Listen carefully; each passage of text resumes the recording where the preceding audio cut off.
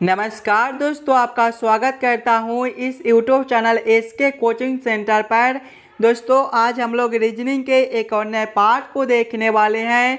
ये रीजनिंग का part number आपका 204 होने वाला है।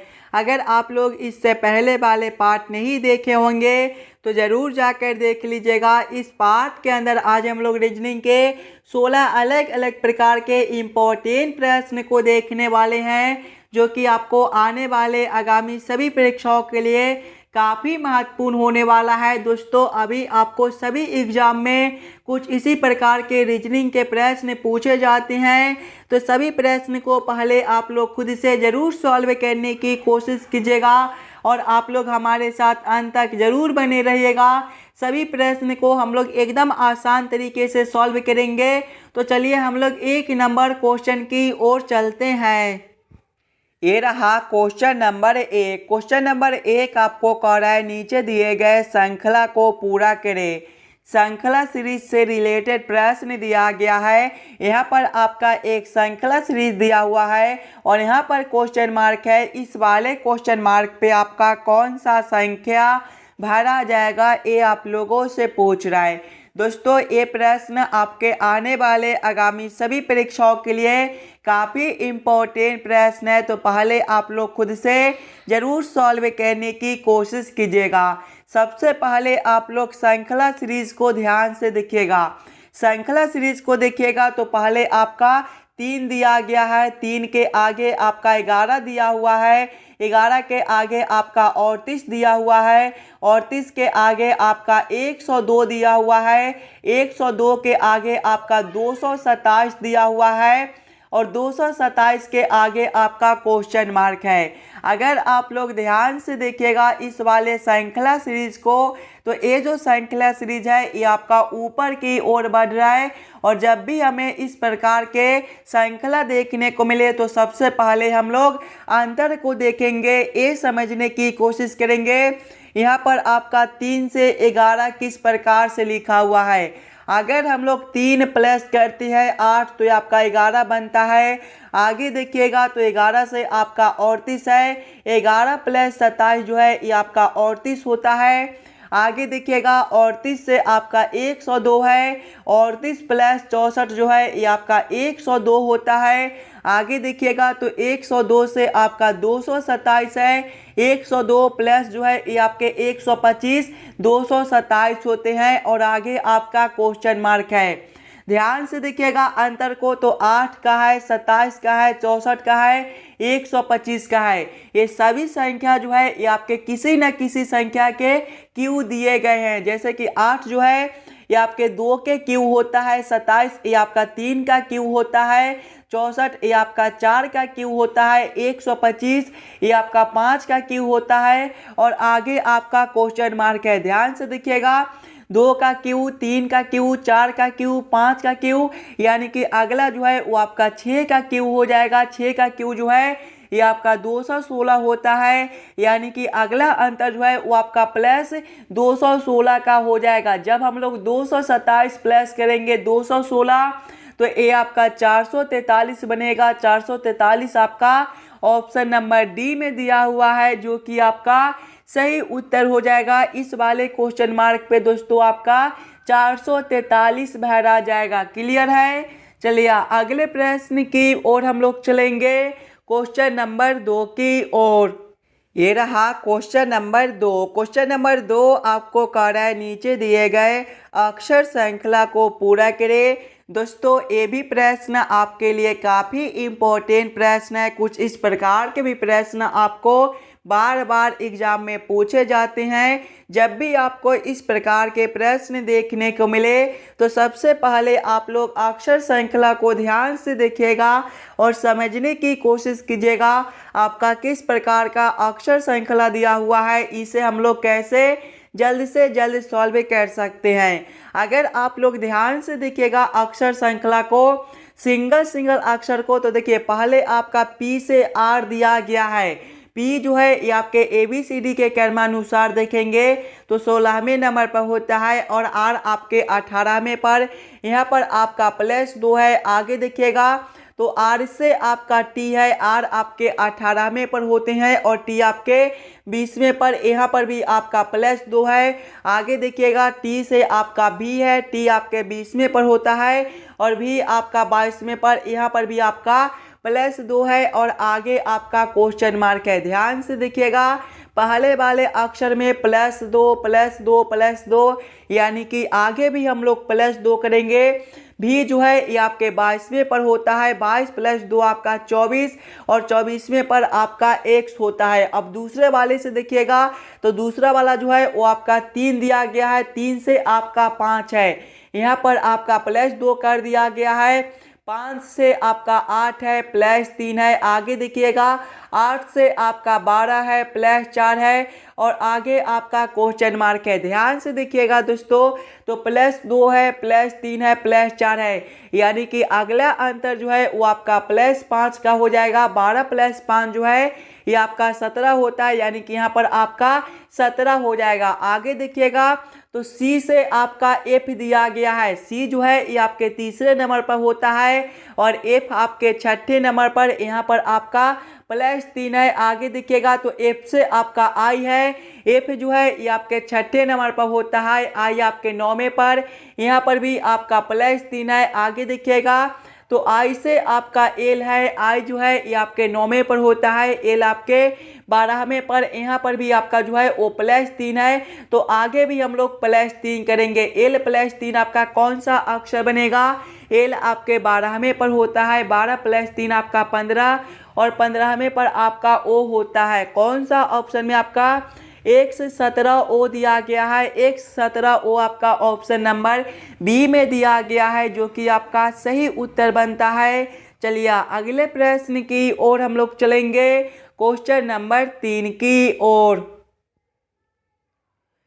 ये रहा क्वेश्चन नंबर 3। क्वेश्चन नंबर 3 आपको कह रहा है नीचे दिए गए प्रश्न में संबंधित संख्या को चुनिए। इस बार आपको संबंधित संख्या चुनने के लिए बोला जा रहा है। प्रश्न आपको कह रहा है जिस प्रकार से 2212 का संबंध 6636 के साथ है, उसी प्रकार से आप लोगों से पूछा जा रहा है 1122 का संबंध कौन सा संख्या के साथ होगा, जो इस वाले क्वेश्चन मार्क पे भरे जाएंगे। जब भी आपको इस प्रकार के नंबर एनालॉजी रीजनिंग के प्रश्न देखने को मिले तो सबसे पहले आप लोग यहाँ पर ये समझने की कोशिश कीजिएगा 2212 को हम लोग क्या करेंगे ताकि हमारा 6636 बन जाए। उसी प्रकार से हम लोग सोचेंगे 1122 से हमारा कौन सा संख्या बनेगा जो इस वाले क्वेश्चन मार्क पे भरे जाएंगे। सभी बच्चे अपना दिमाग लगाइएगा। 2212 से हम लोग 6636 किस प्रकार से ला सकते हैं। अगर हम लोग देखिएगा 2212 में गुना करते हैं 3 से तो ये आपका 6636 होता है। वही सेम अगर हम लोग आगे करेंगे 1122 में गुना करेंगे 3 से तो ये जो है ये आपका 3366 हो जाएगा। 3366 आपका ऑप्शन नंबर ए में दिया हुआ है, जो कि आपका सही उत्तर हो जाएगा। इस वाले क्वेश्चन मार्क पे आपका 3366 भरा जाएगा। क्लियर है। चलिए अगले प्रश्न की ओर हम लोग चलेंगे, क्वेश्चन नंबर 4 की ओर। ये रहा क्वेश्चन नंबर 4। क्वेश्चन नंबर 4 आपको कह रहा है नीचे दिए गए प्रश्न में संबंधित अक्षरों को चुनिए। इस बार आपको संबंधित अक्षर चुनने के लिए बोला जा रहा है।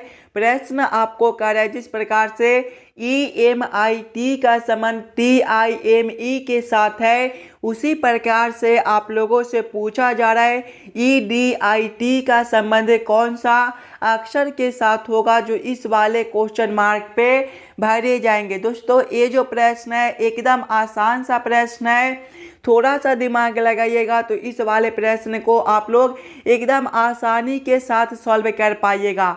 देखिए सबसे पहले आप लोगों को क्या दिया गया है, सबसे पहले जो है वो आपका EMIT दिया गया है और इससे हमें क्या लाना है, इससे जो है वो हमें TIME लाना है। अगर हम लोग EMIT के सभी अक्षर को आपस में उलट दे, यानी कि पहले E है तो इसको जब हम लोग उल्टेंगे तो ये जो है ये आपका लास्ट में हो जाएगा, उसके बाद आपका M हो जाएगा, उसके बाद देखिएगा तो आपका आई हो जाएगा और उसके बाद जो है वो आपका टी हो जाएगा। यानी कि देखिएगा TIME बनता है, यहाँ पर आपका TIME दिया हुआ है। वही सेम हम लोग आगे करेंगे। EDIT के भी सभी अक्षर को हम लोग आपस में उल्टेंगे तो पहले जो है वो आपका ई पहले नंबर पर है तो ये आपका लास्ट में हो जाएगा। उसके बाद आपका डी हो जाएगा, उसके बाद आपका आई बनेगा और उसके बाद जो है ये आपका टी हो जाएगा। कौन सा ऑप्शन में आपका TIDE दिया गया है? TIDE आपका ऑप्शन नंबर बी में दिया हुआ है, जो कि आपका सही उत्तर बनता है। चलिए अगले प्रश्न की ओर हम लोग चलेंगे, क्वेश्चन नंबर 5 की ओर। ये रहा क्वेश्चन नंबर 5। क्वेश्चन नंबर 5 आपको कह रहा है नीचे दिए गए प्रश्न में संबंधित शब्द को चुनिए। इस बार आपको संबंधित शब्द चुनने के लिए बोला जा रहा है। प्रश्न आपको कह रहा है जिस प्रकार से चारा का संबंध मवेशी जानवर के साथ है, उसी प्रकार से आप लोगों से पूछा जा रहा है ये दोनों क्वेश्चन मार्क पे कौन से शब्द भरे जाएंगे। दोस्तों ये भी प्रश्न आपके लिए काफ़ी महत्वपूर्ण प्रश्न है। इस प्रकार के भी प्रश्न आपको सभी एग्जाम में बार बार पूछे जाते हैं, तो पहले आप लोग खुद से ज़रूर सॉल्व करने की कोशिश कीजिएगा। सबसे पहले आप लोग ये समझने की कोशिश कीजिएगा चारा से मवेशी आपका किस प्रकार से संबंधित है, चारा से मवेशी आपका किस प्रकार से लिखा हुआ है। इसी प्रकार के आप लोग संबंधित ऑप्शन को देखिएगा, ध्यान से देखिएगा।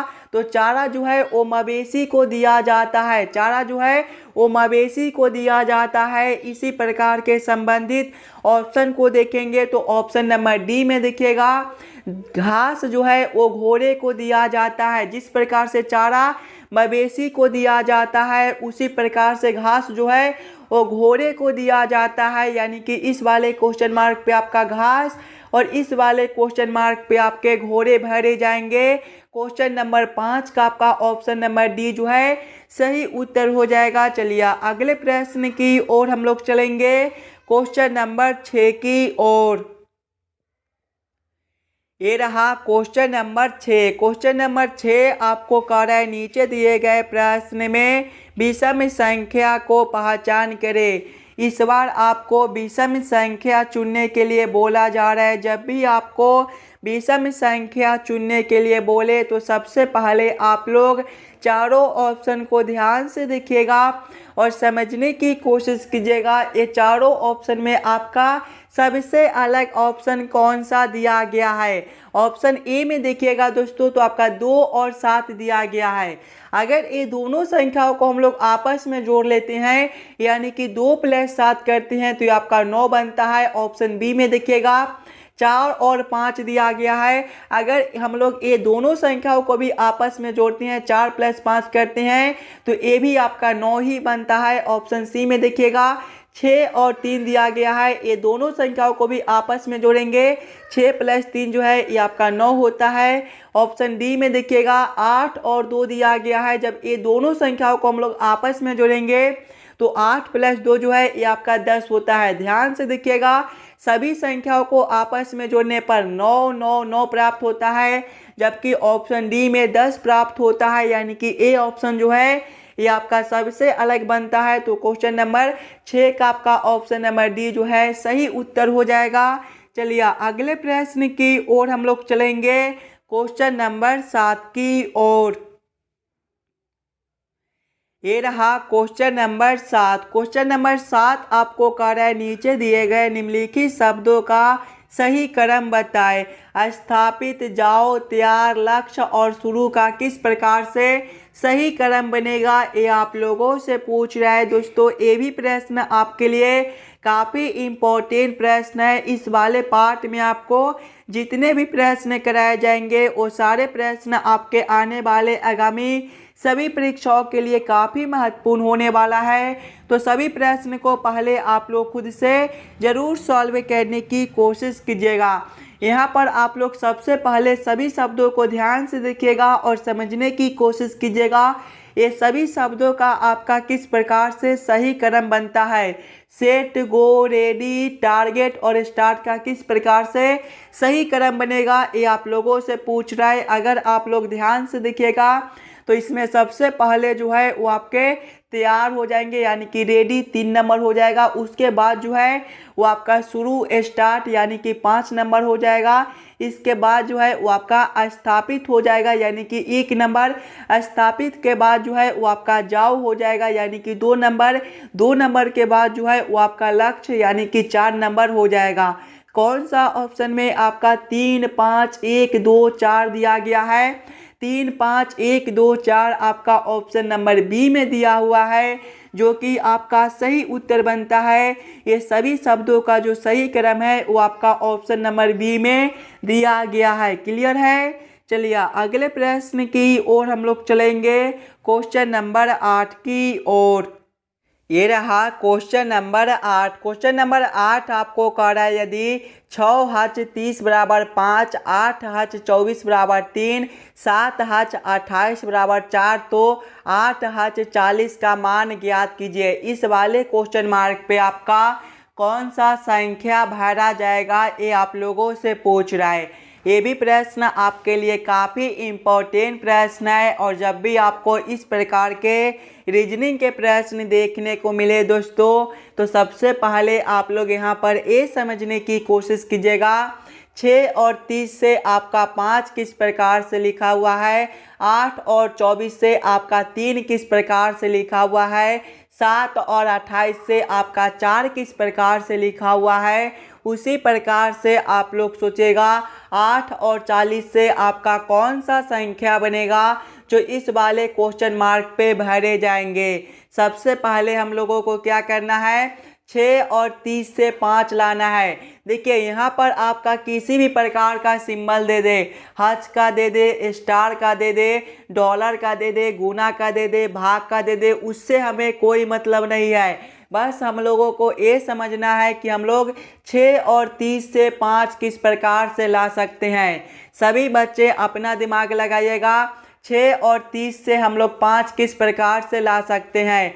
अगर दूसरा संख्या जो है वो आपका 30 है, अगर दूसरा संख्या में हम लोग भाग करेंगे, पहला संख्या आपका 6 है पहला संख्या से, तो देखिएगा 30 भागा 6 जो है ये आपका 5 होता है। वही सेम आगे करेंगे, दूसरा संख्या आपका 24 है, भागा करेंगे पहला संख्या आपका 8 है, 24 भागा 8 जो है ये आपका 3 होता है। आगे देखिएगा दूसरा संख्या आपका 28 है, भागा करेंगे पहला संख्या आपका 7 है, 28 भागा 7 जो है ये आपका 4 होता है। यहाँ पर भी आपका 4 दिया गया है, यानी कि इसी प्रकार से इस वाले प्रश्न को हम लोग सॉल्व कर सकते हैं। तो वही सेम हम लोग आगे करेंगे। सबसे पहले दूसरा संख्या में भागा करेंगे पहला संख्या से, दूसरा संख्या 40 है, पहला संख्या 8 है, 40 भागा 8 जो है ये आपका 5 होता है। 5 आपका ऑप्शन नंबर सी में दिया हुआ है, जो कि आपका सही उत्तर हो जाएगा। इस वाले क्वेश्चन मार्क पे जो है वो आपका 5 भरा जाएगा। क्लियर है। चलिए अगले प्रश्न की ओर हम लोग चलेंगे, क्वेश्चन नंबर 9 की ओर। ये रहा क्वेश्चन नंबर 9। क्वेश्चन नंबर 9 आपको कह रहा है नीचे दिए गए प्रश्न में लुप्त संख्या ज्ञात करें। इस बार आपको लुप्त संख्या निकालने के लिए बोला जा रहा है। ये जो प्रश्न है ये आपका मिसिंग नंबर से रिलेटेड प्रश्न है। यहाँ पर आपका एक क्वेश्चन मार्क है। इस वाले क्वेश्चन मार्क पे आपका कौन सा संख्या भरा जाएगा ये आप लोगों से पूछ रहा है।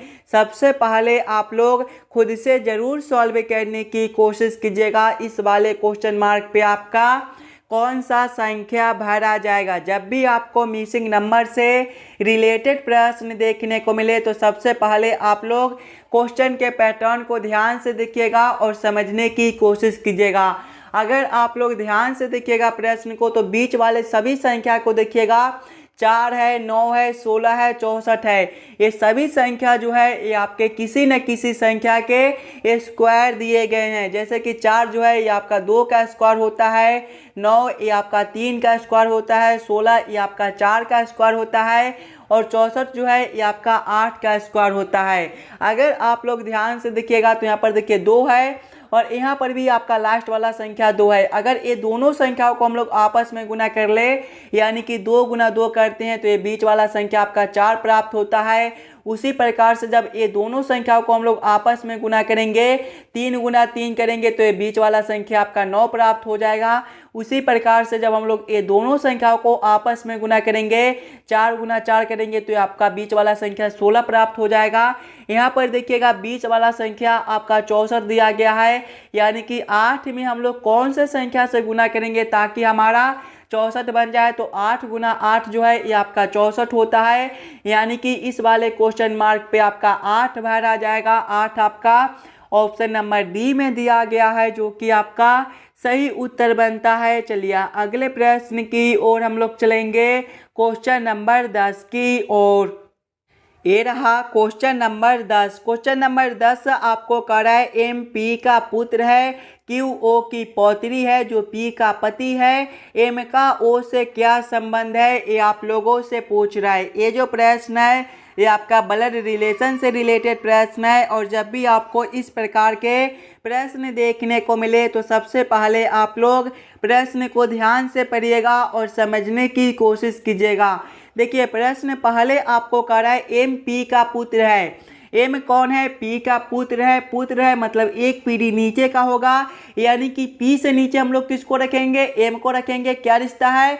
पुत्र का है, तो आप लोग यहाँ पर पुत्र भी लिख लीजिएगा ताकि आपको समझने में कोई दिक्कत ना हो। आगे प्रश्न को पढ़िएगा। आगे प्रश्न आपको कह रहा है क्यू ओ की पौत्री है। क्यू कौन है? ओ की पौत्री है, जो पी का पति है, यानी कि ओ जो है वो पी का पति है। पति है मतलब दोनों एक ही पीढ़ी का होगा, तो दोनों को हम लोग सामने सामने रखेंगे। पी के सामने किसको रखेंगे? ओ को रखेंगे। क्या रिश्ता है? पति का है, तो आप लोग यहाँ पर पति लिख लीजिएगा। और देखिएगा क्यू जो है ओ की पौत्री है। पौत्री है मतलब 2 पीढ़ी नीचे का है, यानी कि ओ से नीचे हम लोग किसको रखेंगे? क्यू को रखेंगे। क्या रिश्ता है? पौत्री का है, तो आप लोग यहाँ पर पौत्री लिख लीजिएगा। आगे प्रश्न को पढ़िएगा। आगे प्रश्न आप लोगों से पूछ रहा है एम का ओ से क्या संबंध है। ध्यान से देखिएगा, तो एम आपका यहाँ पर है और ओ आपका यहाँ पर है, ये दोनों का रिश्ता आप लोगों से पूछ रहा है। ध्यान से देखिएगा, तो एम जो है वो पी का पुत्र है। एम कौन है? पी का पुत्र है। और आगे देखिएगा, आगे देखिएगा तो यहाँ पर देखिए ये दोनों का जो रिश्ता है वो पति पत्नी का रिश्ता है, यानी कि एम का जो ओ से रिश्ता होगा वो आपका पुत्र का रिश्ता हो जाएगा। पुत्र आपका कौन सा ऑप्शन में है? पुत्र आपका ऑप्शन नंबर ए में दिया गया है, जो कि आपका सही उत्तर हो जाएगा। ये रहा क्वेश्चन नंबर 11। क्वेश्चन नंबर 11 आपको कह रहा है प्रणव 10 किलोमीटर उत्तर में गया, फिर वह पश्चिम में मुड़कर 10 किलोमीटर चला, फिर वह दक्षिण में मुड़कर 5 किलोमीटर चला, अंत में वह पूरब में मुड़ा और 10 किलोमीटर चला। वह अपने आरंभिक स्थल से किस दिशा में है? ये आप लोगों से पूछ रहा है। ये भी प्रश्न आपके लिए काफ़ी इम्पोर्टेंट प्रश्न है। और जब भी आपको इस प्रकार के रीजनिंग के प्रश्न देखने को मिले दोस्तों, तो सबसे पहले आप लोग ये याद कर लीजिएगा, दिशा में जो है वो आपका पूरब ए वाला दिशा होता है, पश्चिम आपका ए वाला दिशा होता है, उत्तर आपका ऊपर की ओर होता है और दक्षिण जो है वो आपका नीचे की ओर होता है। अब आप लोग प्रश्न को ध्यान से पढ़िएगा और समझने की कोशिश कीजिएगा। देखिए प्रश्न पहले आपको कह रहा है प्रणव 10 किलोमीटर उत्तर में गया। उत्तर जो है वो आपका ए वाला दिशा, यानी कि पहले प्रणव इस वाले दिशा में 10 किलोमीटर चलता है। आगे प्रश्न को पढ़िएगा। फिर वह पश्चिम में मुड़कर 10 किलोमीटर चला। पश्चिम आपका ए वाला दिशा है, यानी कि इस वाले दिशा में प्रणव जो है फिर से 10 किलोमीटर चलता है। आगे प्रश्न को पढ़िएगा। फिर वह दक्षिण में मुड़कर 5 किलोमीटर चला। ध्यान से देखिएगा, तो दक्षिण जो है वो आपका ए वाला दिशा है, यानी कि इस वाले दिशा में प्रणव जो है वो 5 किलोमीटर चलता है। आगे प्रश्न को पढ़िएगा। अंत में वह पूरब में मुड़ा और 10 किलोमीटर चला। देखिए पूरब जो है वो आपका ए वाला दिशा है, यानी कि इस वाला दिशा में प्रणव जो है वो फिर से 10 किलोमीटर चलता है। आगे प्रश्न को पढ़िएगा। आगे प्रश्न आपको कह रहा है वह अपने आरंभिक स्थल से किस दिशा में है। देखिए प्रणव जो है वो यहाँ से चलना शुरू किया है और यहाँ तक चलकर आया है। देखिएगा ये वाला दिशा आपका कौन सा दिशा है, ये वाला जो दिशा है वो आपका उत्तर दिशा है, यानी कि प्रणव जो है वो आपके ने आरंभिक स्थल से उत्तर दिशा में है। उत्तर आपका ऑप्शन नंबर बी में दिया हुआ है, जो कि आपका सही उत्तर बनता है। चलिए अगले प्रश्न की ओर हम लोग चलेंगे, क्वेश्चन नंबर 12 की ओर।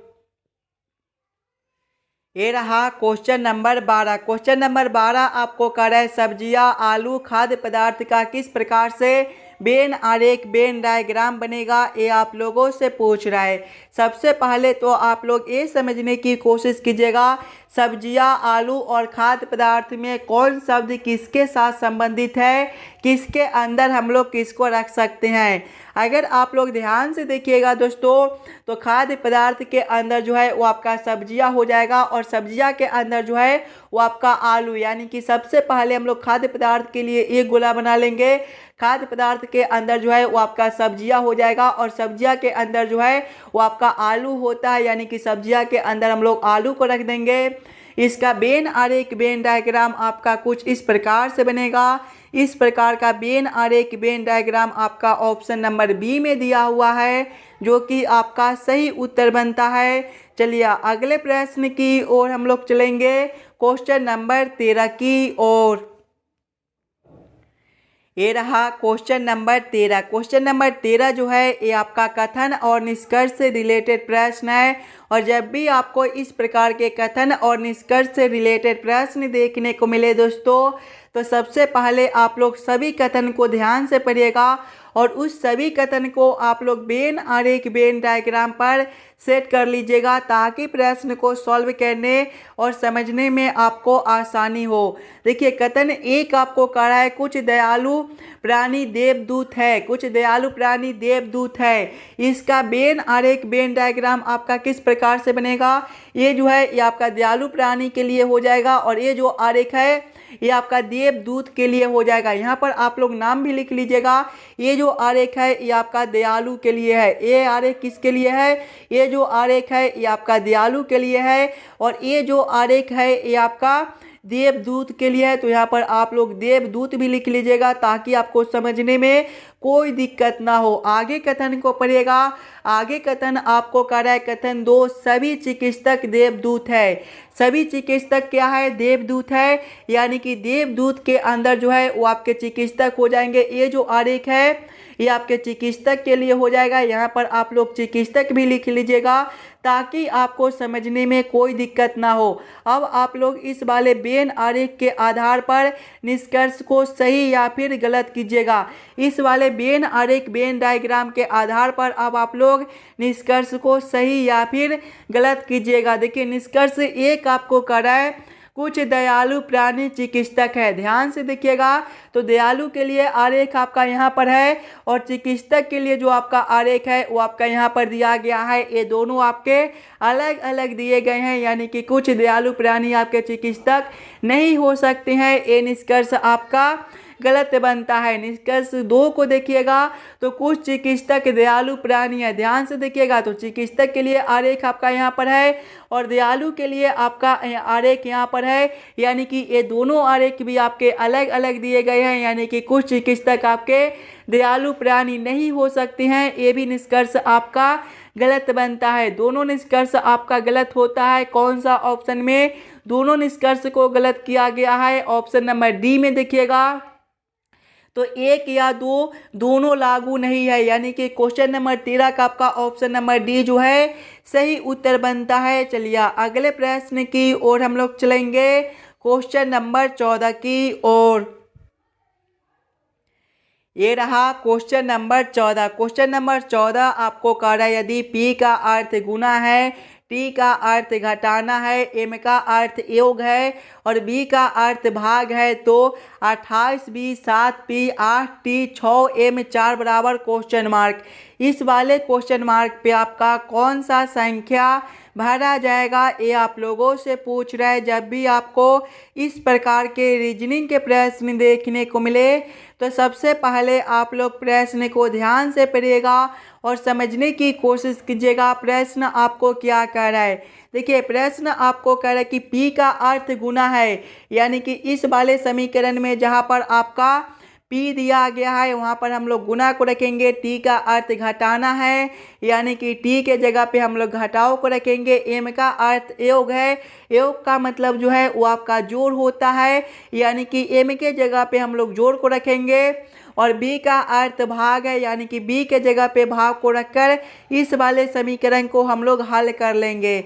सबसे पहले देखिएगा 28 20 7 दिया गया है।